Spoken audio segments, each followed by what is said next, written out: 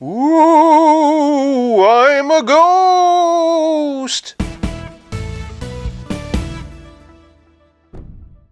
Welcome to 5 Points of Articulation. Today I'm taking a look at the DC Multiverse Gold Label Batman inspired by the art of Norm Breyfogle. And don't worry, I'm also going to be trying out lots of head swaps. Starting with the packaging, and the Breyfogle Batman comes in an extra wide window box. Pretty much same as a 2-pack, except that instead of an extra figure, this one has a cape. And a gargoyle, but we'll get there when we get there. On the spine, we see this comes from Detective Comics 587, the title of which was Night People, and then on the back we see the artwork from the comic that inspired this figure. Also, I'm pretty sure if you look really closely you can see Spider-Man's costume in that trash can from when he quit. Joking aside, the box is fine, and for packaging I'm giving Breyfogle Batman 4 points. Moving on to presentation, and Batman stands at about 7¼ inches, or thereabouts 18 centimeters, whereas his cape is 8 inches. He's also near complete reuse of Nightfall Batman, which has pretty much become McFarlane's go-to. This one has the smooth torso we saw with Batman Reborn, so the logo's just been painted on. It is, however, very bright and very crisp. The new head sculpt really does evoke Norm Breyfogle's artwork, especially the shape of the eyes, and while the sculpted cape might not be quite this over the top, it's still billowy enough to get the point across. It's also cleverly sculpted to serve as its own support. Also, I think this cape and cowl may have been repurposed from a 2017 Batman black and white statue. Looking at them side by side, and obviously there are differences, but the similarities are more than striking. The main difference you see being the tatters up here, and this shoulder spike being more aligned with this shoulder, but then you look at just how specifically similar all of these swoops are, and I can't help but suspect that McFarlane started with that sculpt, but then retrofitted it to be an action figure. Flipping around back, there's some leather texture, which is kinda cool, and looking at this photo I found on eBay, that's a holdover from the statue. Not only that, but look at the head sculpt. Yeah, the ears are more rounded because it's a toy, but otherwise they look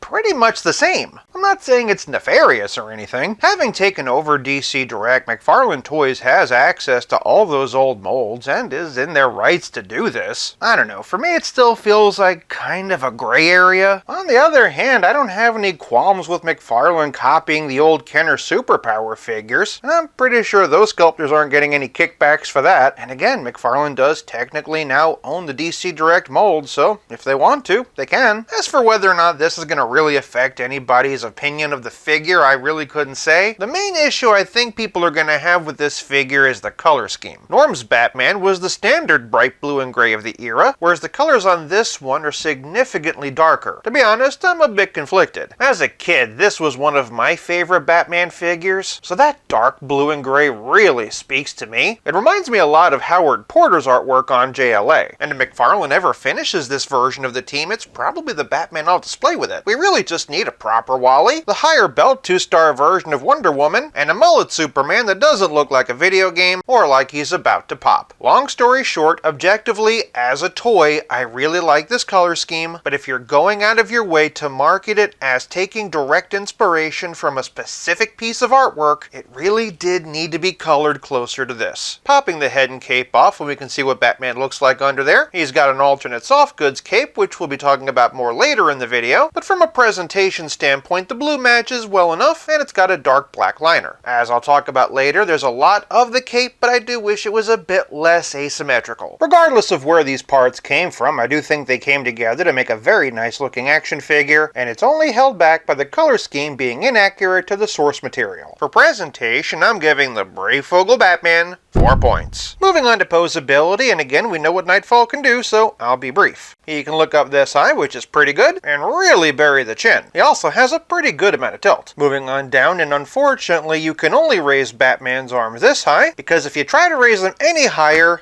that happens. Switching over to the cloth cape though, and same problem. The slightest nudge and it just pops right off. At the very least, you can use the bicep swivel, double jointed elbow, and wrist balls that can swivel and hinge either up and down or side to side. In its defense though, the cloth cape means you can arch him back. Here is forward, side to side, and twist. Moving on down, you can kick this high, split this wide, and has a pretty good twist in the hip. Decent bend on the double knee, toe articulation, and McFarlane ankles that can swivel, hinge, and like my enthusiasm for this figure, the more I mess with it, pivot. If you're displaying this Batman with this cape, this is pretty much the only pose you're gonna get. Switching out the cloth goods version does open up some more options, but seeing how many of those options lead to his head and shoulders popping off, for posability, I'm giving this otherwise pretty good Batman an only okay 3 points. Moving on to playability, and Batman comes with a trading card. It's the full cover of Detective Comics 587, and is actually a brief synopsis of the story of that issue. That's really cool and something I'd like to see more of. Instead of a regular figure stand, this time he comes with this gargoyle. That's also been taken directly from Breyfogle's artwork. Not only is it well sculpted, but there is a bit of paint to bring the details out. Those screaming faces are pretty cool. There's also a chain connecting to the bottom of the beak, and also a couple of peg holes, because what's a dark and gritty superhero without a gargoyle to brood from? Beyond that, Bruce comes with this batarang we've seen a bajillion times. It can fit into either of the accessory holding hands he comes preloaded with. He's also got a pair of fists. Just remember not to punch too high. I'm also happy to report he has a pair of open hands, which is appropriate for recreating that cover image. One exciting accessory is the head of Scarface. It's well sculpted and has been painted in Joker-like colors, and I can't help but wonder if that means we're going to get a full Scarface at some point, or if this is the best we're going to get and we just kind of have to customize our own. Lastly, in terms of accessories, and Batman has a gas mask. It looks good, and in theory I like it, but for the life of me I can't get it over his head. I tried popping the head off and going in from the bottom, but even then the strap just isn't wide enough. The good news is I was eventually able to get it on there, I just had to heat it up with a hairdryer first. And because I know you're wondering, yes, you can put it on other Batman figures, including Batfleck, recreating his cameo in Suicide Squad. Lastly, and we've got to talk about this alternate cape. In general, I love a wired cape, and they definitely give you a lot of it. I'm not really a fan of how it's designed to have this permanent point up here. Fanning it out completely, I'd much prefer it was symmetrical. More importantly, however, I wish it wouldn't just so easily fall off. I swear, if I had 2 of these, I would just glue each cape down to its respective body. Of course, playability is more than just capes, gargoyles, and gas masks. It's also about how well your figure plays with others. But again, this is just Nightfall Batman, and we've seen those comparisons a bajillion times, so with your blessing, I'm just gonna jump straight to the head swaps. That said, I still gotta bring out Stealth Iron Man, though I'm pretty sure I promised frequent commenter and friend of the channel Adrian that I'd show off this Batman with some Supermen, so here's Action Comics 1000 and Dark Knight Returns, Hush and Page Punchers, and you know what, I kinda like the Page Punchers with this Batman, and lastly, Crisis on Infinite Earths. Before I dig in, just a quick reminder that figures like Hush 3 Jokers and Detective Comics are not compatible. The joints are completely different. Going in basic order of release, and here's Detective Comics 1000. What's great about this one is that the blues are a pretty spot-on match. I've got to admit, this is a pretty big improvement. Other way around, and while I'm not the biggest fan of this head, I think it works really well here. Just be aware of the fact that it's really gappy and you will need to find a shorter peg. Next up is the Grim Knight. In my humble opinion, I think this looks pretty cool. Obviously, from here on out, any swap would have to be painted, but if you like what you see, I think it's worth it. Other way around, and I've got to admit, over the years, this head really has grown on me. It still suffers in the forehead department, but is a very solid short-eared option. Veering over to video games, and here we have Arkham Knight. What makes this combination fun is how much more realistic that head is. It does, however, have extra panel lines, which might make it feel a bit busy. Alternately, this head really comic books up the armor, especially thanks to the whited out eyes. Moving back to the comics, and here's Dark Knight's Death Metal. If a short-eared Batman is your preference, this is always a pretty solid one. Only thing to be mindful of is that 5 o'clock shadow. Other way around, and I always love a longer-eared Batman head on this body. Just something about the taller points really works well with the larger-than-life rock persona. Next up is DC Rebirth with their matching dark grays. As usual, this head's a little bit on the small side. Other way around, I'm not really sure I like this combination myself, but if it inspires you, then happy to help. Long as I'm here though, why not jump ahead to the blue and gray Phygital Rebirth? I'd love to be able to show you the Bruce Wayne head that comes with this, but unfortunately I currently cannot find it. For one of my favorites, and here's Future's End, as if there was even a doubt this would look cool. The only question is if you want to paint the helmet blue or paint the figure black. Other way around, this is a pretty cool combination as well. To my eye, this always looks like a more realistic Batman. Next up, and while we wait for the Noel reissue, here's Page Punchers. The Page Puncher's head has always been one of my favorite options for short-eared swaps. That said, there is a bit of extra detail in that cowl, so do be mindful of that. Other way around, and I think that this head might be a bit too simple for this body. That said, I know that Batman Noel's Platinum Edition is blue and gray, so I'm going to be curious to see if this color matches. Back over to games, and here's Arkham City. The whited out eyes I was just talking about really does work in Arkham City's advantage, making this one a really solid comic-style option. On the flip side, this isn't half bad. I know a lot of you like Arkham City as your main Batman, so an alternate head like this would really sell it. And then for one more video game, here's the Arkham Knight Sinestro skin. I don't know if this is a combination anyone is asking for. This, on the other hand, I could work with. I'm really digging the combination of the pointier edges of the mask with those sharp pointy shoulders. Full disclosure though, I just have it sitting up there because the peg is way too loose. From video games to movies, and here's Michael Keaton as he appeared in The Flash. Truth be told, I wasn't sure what to expect, but I do like this better than I thought I would. Again, the head brings me back to the old Kenner days. Other way around, and I'll be honest, I've never really cared for this head, so this combo doesn't do anything for me personally. Also, in the process of swapping, I accidentally tore this head, so I'm probably not going to be doing a whole lot of swaps with him moving forward. Next, we have the gold label version of 1989's Keaton. I prefer the gold label for head swaps because that gold logo really makes me think of the Dark Knight collection by Kenner, and thanks to the white eyes and heavy brow, this really does feel like that. Other way around, and I don't think the Keaton likeness is as strong as some of their others, but this really makes me want a Keaton in that really dark blue and gray. Despite how I feel about the movie, one head that I always like for head swaps is Clooney. I like using the Clooney head because it just feels like a good generic realistic Batman. Again, say what you will about the movie, but Clooney has the best Batman jaw. Other way around, I don't think this is what anybody's looking for, but if you're looking for it, here you go. Next up, and here's the Ultimate Movie 6-pack version of Robert Pattinson. As someone who likes Pattinson's costume, but not necessarily the mask, this one really speaks to me. You might want to find a shorter peg though, because the head sits a bit high. On the flip side, you're going to want to find a wider peg for Pattinson, as this one simply falls off. For something a bit more Snydery, and here's Affleck from the Justice League. In general, the darker colors of the Breyfogle work for me, and it does make me wonder what Affleck could have looked like in that traditional blue and gray. Other way around, and I'm not quite sure how I feel about this one. The nice thing is that with the comic book head, this could just be a generic armored Cape Crusader. And then here's Affleck from Batman v Superman. The longer neck peg makes this one look a bit better than the Justice League version, and of course there's less techie detail on the mask, so it just makes more sense. Conversely, the Affleck suit is just a good generic Batman costume, so much so that if you wanted to use it for a comic version, you absolutely could. Back to comics with one of my favorite Batman heads, and here's Jim Gordon from Endgame. I don't really think this works as a Jim Gordon head, though the proportions aren't too bad, but this on the other hand I like a lot. It's amazing how well this head works on so many bodies, given that it's not even Bruce Wayne. Next up is the very versatile black and gray version of Nightfall. As much as I respect how well McFarlane's recreated Breyfogle's art style, I do prefer this head, so for me this looks really cool. Other way around though, and if you wanted a Breyfogle style Batman with a more manageable cape, this is the way to go. Well, if we're being honest,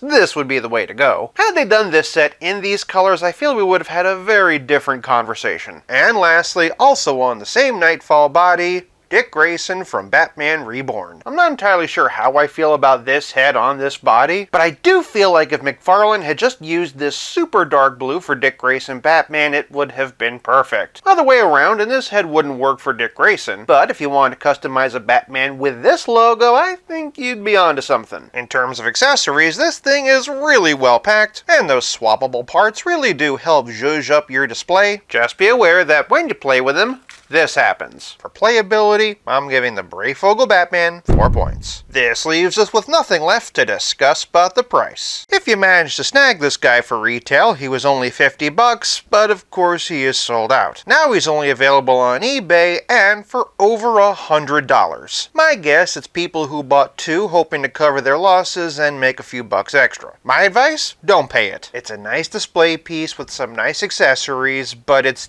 definitely not worth $100. And to be honest, as frustrated as I am with the head falling off, I'm kind of regretting paying $50. Taking those frustrations into account along with retail and aftermarket for price, I'm giving Night People Batman 2 points, averaging out to a still better than okay total of 3.4 out of 5. For more Batman head swaps, check out one of these, and until next time, play nice and have fun.